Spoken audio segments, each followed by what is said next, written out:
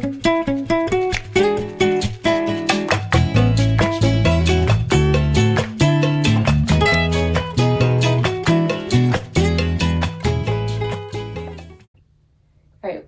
to the Pingry Peer2Peer Podcast. We're your hosts.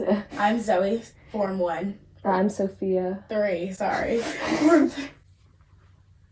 I'm Sophia, Form 4. I was going to say Form 2 once you said Form 1. Oh my god. It's because you brought a middle school teacher in. So yeah. Regress. It's taking backward. me back. Zoe Snider, Form 3. Sophia Guild, Form 4. And today we have Miss Kelleher, so you want to say hi? Hi, everyone. Yep, I'm Miss Kelleher. I am not in a form anymore, but class of 2001. Yeah. Okay, so we're going to start off by asking you a few questions, starting with your teaching philosophy, because I know that you were a student here, and you graduated not too long ago. Oh, that's very generous of you. Not too long. So our first question is, what is your teaching philosophy? So it's funny, when I was first on like job interviews, people were like, what's your pedagogical style? And I was like, oh my God, I was 21 and had no idea what the answer was. And I was like, is enthusiasm an answer? And I don't know if it was the right answer on the job interviews, but I think it is my answer sort of now. I think the best teachers are the teachers that make students excited about what they're doing, that they show that they too are excited, that you come in eager to do whatever you're asking your students to do. And so I think that's part of my teaching philosophy. I think my other, honesty. I think as teachers, we make mistakes. We don't know everything. Just because sometimes there's pressure to be like, oh, you have to know, like I don't. And I appreciate honesty in my students, and I try to model that.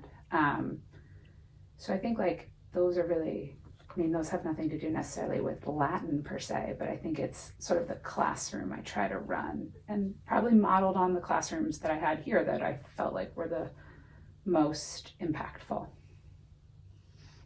Very, very nice. Do you have any standout moments, amusing memories, or craziest thing that's happened while you were at Pingry? I mean, look, I teach middle schoolers, right? So like, oh, it's crazy. Every day is a day. I mean, I've been asked, did the Romans happen before or after Christopher Columbus? I had a student once tell me that South was down. Like South America was down there. And once a child thought that Mount Vesuvius was on Hawaii. So very like, nice. Like, those are some moments that like, stand out for their silliness, but it's also like what I appreciate most about kids, like especially middle schoolers. They'll say anything, right? And sure. Like every day you're like, what's gonna happen today? Like, I don't know. So like those are some silly, amusing things. And then it's, the kids that come back and visit you, you all will leave Pingry, and like to still get kids that come back and visit me when all I had before was like 6th through 8th grade is just amazing. I have old students who are now in grad school that come back and visit me. I have students I taught that are now working here too, which is horrifying because you just said I didn't graduate that long ago, but apparently I'm old enough to have like my students be working here now. So those are kind of like the big meaningful moments, I think. So ever since you graduated and came back as a teacher, how do you think Pingry has changed you since you went here? Oh, I mean, in some ways, like it's friends were sitting in a podcasting studio in a building that didn't exist when I went to school here. And so, I mean, the simple, like, I don't think if we could get in a time machine right now, we would obviously go to ancient Rome. But if we had to go to 90s Pingry instead, right, this is not the school that I went to. It looks different. Like the space is so different. I think the student body is different. It's way bigger. I think I graduated with 112 students in my class. It was middle schoolers and upper schoolers were all in the same places. It was very different in those ways. I think like one of the biggest changes is just we are a different community now. We, I think, meet students at different levels. We have so many spaces for you all to like exist and like find leadership spaces. Like I say, we're sitting in a podcasting studio, for heaven's sakes. Like there's all these ways for students to be that I don't think existed when I was here. So those are some of them. I think we try to meet, I hope we try to meet students like in more ways just than academics now. I think, Sophia knows this because she was in my class. Like I was not an A+ student at the Pingry School. I wasn't even an A- student at the Pingry School most days. We won't discuss my math classes, but this is a hard place to go to school sometimes. People are incredibly bright. My younger sister went here as well, and when she went to college, she called me and said, "Margaret, did you know we're smart?" I was like, yeah, but I figured it out when I went to college because neither of us were A students here. We were sort of like really working hard to get our Bs.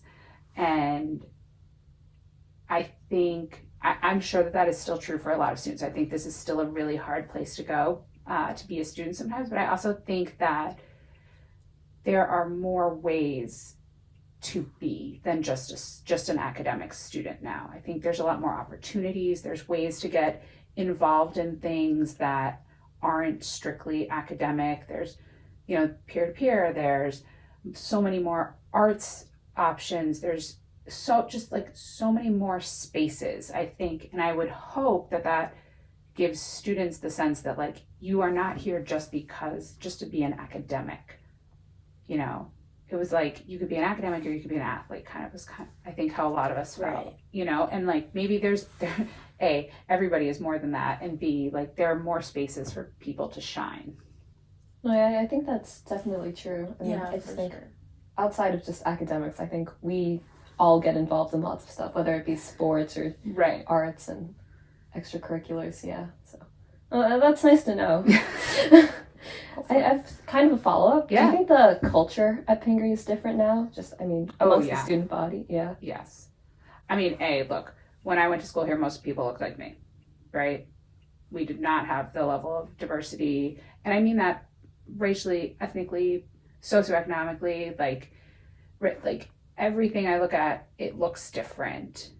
And I think that changes the culture just by nature of having more voices in the room, right? If everybody is the same, I tell my own kids, I'm like, if everybody's the same, the world would be really boring, right? We need different perspectives, different voices, different backgrounds, people coming with bringing all those parts of themselves. And that's what makes this place more interesting. I think that changes the culture of the school. I think that helps drive who you all are going to be. And like, I think as a school, we should be trying to balance like who we as adults like think you should be, while at the same time knowing that the world is inherently different for you than it was for us as teenagers. And so there has to kind of be a balance between who the adults like think you should be and who all you are, and finding that. And I think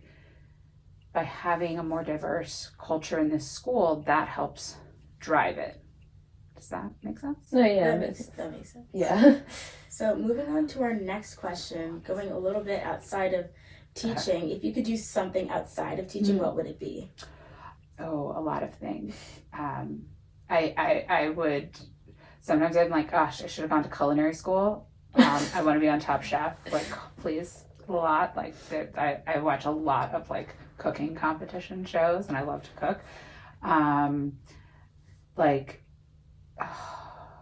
I would be, like, I don't know, a researcher just, like, buried in some ancient world somewhere, like, never, like, just in ruins. Yeah, in ruins, like, with old stuff where I belong. Like, I don't know, a lot of things. I wait till you guys go to college, but I remember like opening like a course catalog at one college visit that I did, and it was a book because it was 2000 and you didn't just bring your laptop and you didn't have a smartphone, but just being overwhelmed by like all the options there are out there in the world, and there's just so many things, and like even now I'm like, oh, I'd go back to college and do it all again and have like different majors because there's still more things I'd like to learn about. No, that definitely makes sense. You should cook something for us sometime. Oh, sure. I love it. That's like what do you like to make? And anything. Like okay. I like to experiment. My older son kind of got into like, he's kind of fascinated with world geography, and so we would do like pick a country and then I would try to cook from that country. Oh, that's so fun. Yeah, like, you know. And then my younger one wanted to play too, and he was like Papua New Guinea, and I was like, oh, well, that's a little harder. You can't get all those ingredients around here quite as easily. But he just liked Papua New Guinea and how it sounded. Yeah. It's a reason. Yeah. So our next question is, what are some random things that you are passionate about or interested in? Oh, okay. Random things that I'm passionate about or interested in. I love to read. I actually like have a great little like book club, like text chat with some middle school teachers. Oh, that's fun. Yeah. We're big, like we like a little like romantasy book threads, you know, like fantasy, a little romance, like, yeah, we swap a lot of books that way. There's another thing. Gosh, I wish I could be an author. I wish I had the creativity to like write something like that. Like spring break, I just sit and read books. Like my kids are in school, so I just get like 2 weeks and I just like read. So I love reading. I knit. That is like that's how I calm myself down. I'm a little frenetic sometimes, so I like to do that. I like to cook. I love to be with my kids, my family. Yeah. And then obviously like I'm, you know, from a more like academic standpoint, like anything ancient and old. I like old stuff. You know, nothing important in the world happened after 1500. I'm just saying, I'm standing. Right. I also don't really know anything that happened historically after 1500. I sort of lose the thread. I'm like, oh, got boring. Got it. Yeah. Oh, it's really great that you're interested in so many different things. As long as they don't have numbers. No math. Yeah. No math. Oh, well. I know. Somebody has to like the words. Would you have any hidden talents you would like to share with us? Oh, God. Here's an interesting one. Oh, wait. Do you have a pen? I mean, I do a great I should have an twirl. Apple. Oh, man, I have an Apple pencil here normally, but I don't have it. I do it. No, me too. I have. I do an excellent. Is this okay? Mm-hmm. Oh. Now, I'm actually impressed. I taught myself. I've been trying so long too. So I taught myself how to do that. Well, I taught myself how to do this in 8th grade math class, and we just like, because I had to figure something out to do, right? Right. And I remember like occasionally like flinging the pencil across the classroom, and I had a math teacher who was here for 30 years. He was great, and I loved getting to work with him, and he would just be like, "What are you doing? Why is your pencil across the room?" I have no idea. It slipped. But then the next year I went to 9th grade math class, and by now I had mastered this trick, and I just remember my math teacher stopping the whole class and being like, "How do you do that? Teach me now." Yeah. Like, I want to. And I was like, I asked me, I don't know, kids were always like, "How do you do that, Miss Kelleher?" I'm like, I don't know, I don't even know I'm doing it. I do it with whiteboard markers, like anything. It's like instinctual now, but I was like, figure out how to teach your math teacher how to twirl your pen so that you can do better in math class. It didn't work. I just like, a whiteboard marker? Yeah, I can do it with a whiteboard marker. Oh my god. That's so impressive. I've tried so long. I don't know how long you've been. I know, and like then I'll be just in my classroom and I'll do it because I don't even notice it. It's like a nervous tick or whatever it is, but like, and then kids are like, "How do you do that?" I don't know. know. I sat down for like an hour one day with a video. Yes, I've done that too. I was like, what? How? I'm confused. You need to like set up a workshop or something. Just teach all of us how to spin our pencils. I know. And like I did this without videos, you know. I was just sitting, no computers, like it was this or take notes. Possibly I should have taken notes, you know. It might have paid off better, but yes, so there's my hidden talent. Oh, very cool. Very jealous. Yeah, same. So our next question, do you have a favorite song, show, or book? Oh. Or all three. All three. No. Let's see. Okay. All-time favorite show. And if you haven't watched it, I'm now like assigning homework. You're not in my class, but I can. Is Buffy the Vampire Slayer. I've heard of it. You're looking at me like, yeah, no, I've heard of it like, too.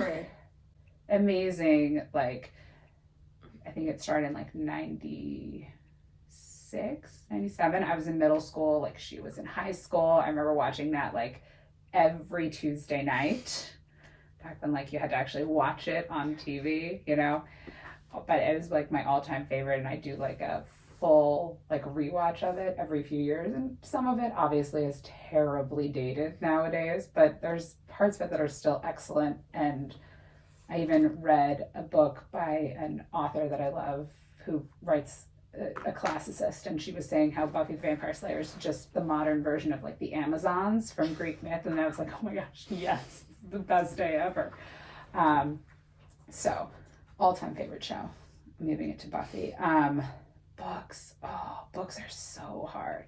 I'll give a couple because there's no way I'm breaking it down.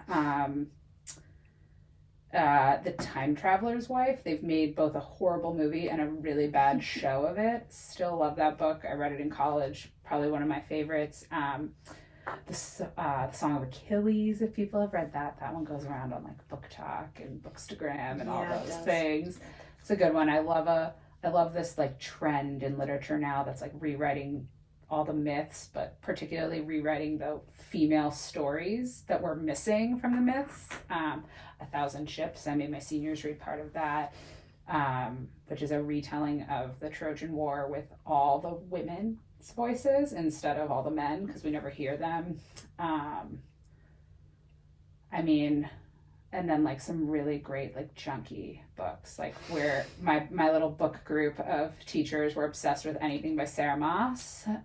Again, another one that runs, you know, all of these like fantasy, like Court of Thorn and Roses. Yes, we're big on that. And we all just read Fourth Wing too.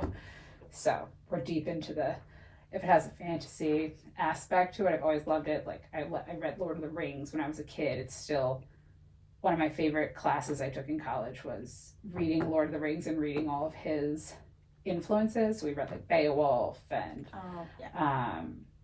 the Arthurian legends and stuff, because he modeled Lord of the Rings on all of that. So it's like, I love that stuff. I love like when people take stuff from the past and like retell it, because I like old stuff as we've established. Yes. How's that? How'd I do? Am I doing okay? Yeah. All right. Pretty great. Great answer. So, all right. Back onto the track of school and students. What qualities do you value in students? Hard work and a willingness to do hard work. And I don't think hard work means working yourself to the bone and like never sleeping. And I don't think hard work always means that then you get it all right. I always say I would rather teach the kids that are willing to put in the effort, even if that effort is just getting a B or a B minus or having an aha moment, right? Like I don't think that I would take those students 100 times over the ones that sort of like float through and it's all really easy. So I love hard work, humor. I love kids that can banter in class. I banter a little bit, just a little. And I appreciate when we can have like good banter. So humor, hard work, and just like an open mind. I think, you know, too often we think that school is about like the end point. So it's like, what do I have to do now to get me to this? And then what do I do to get me to that? And like it's college or it's grad school, it's the right thing. And I get that. And yet I always tell people when they ask me like, oh, how'd you end up as a teacher? I'm like, I went backwards. I literally fell backwards into this. I had no intention of ever being a teacher.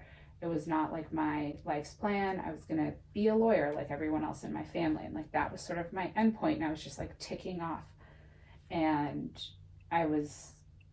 my dad was sort of like, nope, we're not going to do law school right away. Just go do something else. And like, I was like, oh, what do I do? And I, had a great mentor at Pingry who was no longer at Pingry when I came back to work here. But he had said to me, like, just go teach, be a Latin teacher for a few years. Everybody needs a Latin teacher. Apparently we're not a dime a dozen. But I think that like being open to those moments, the things that will surprise you, and like knowing that just because you think the end point is over here, it might not be. It might be over there. And I think the more we realize, the younger we can realize that, like the better off we are, that you don't just like shut yourself into this one track and this one path of how everything's supposed to be. And like, there's so many things that I think we discover more about ourselves, and by just being open to like, okay, maybe this isn't going to go the way I thought, the way I wanted it, or the vision I had.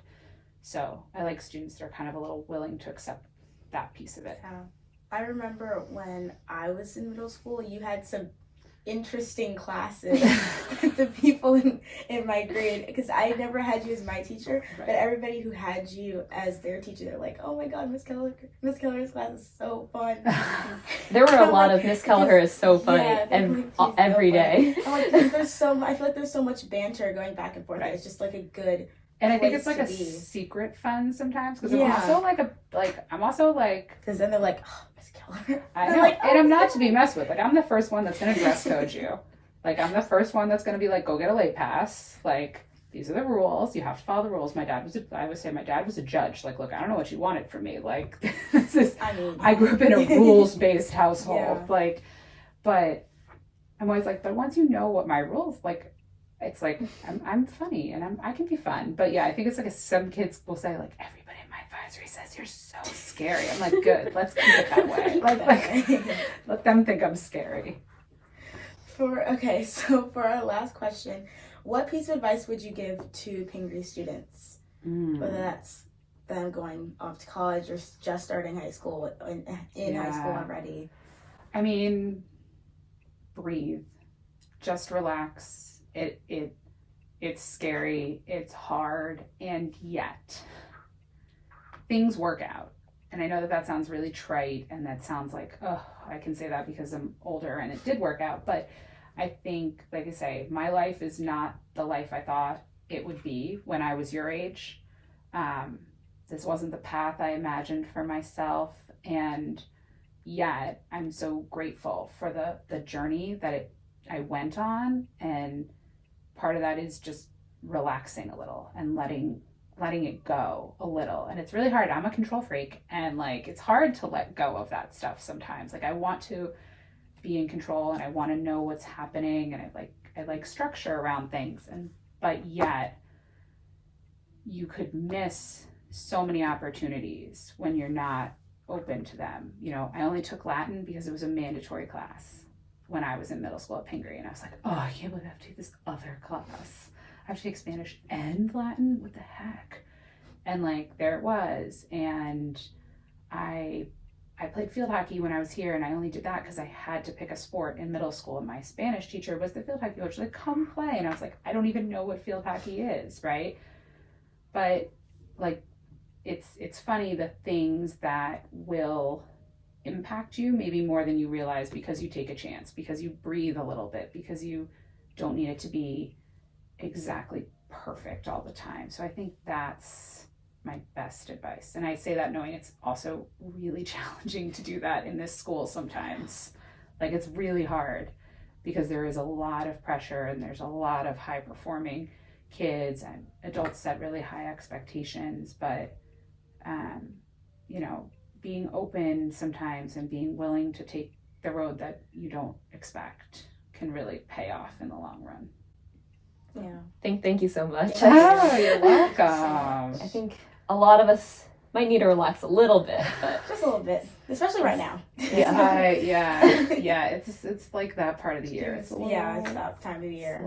It's a little intense around here these days. I really like what you said about being open to opportunities as they come and taking those chances and like I say, breathing to see them. And I think that's one of the great things about Pingry is we have so many different opportunities. So thanks. Yeah, thank you for joining us. Oh, it's my pleasure. This is wonderful. This is so fun.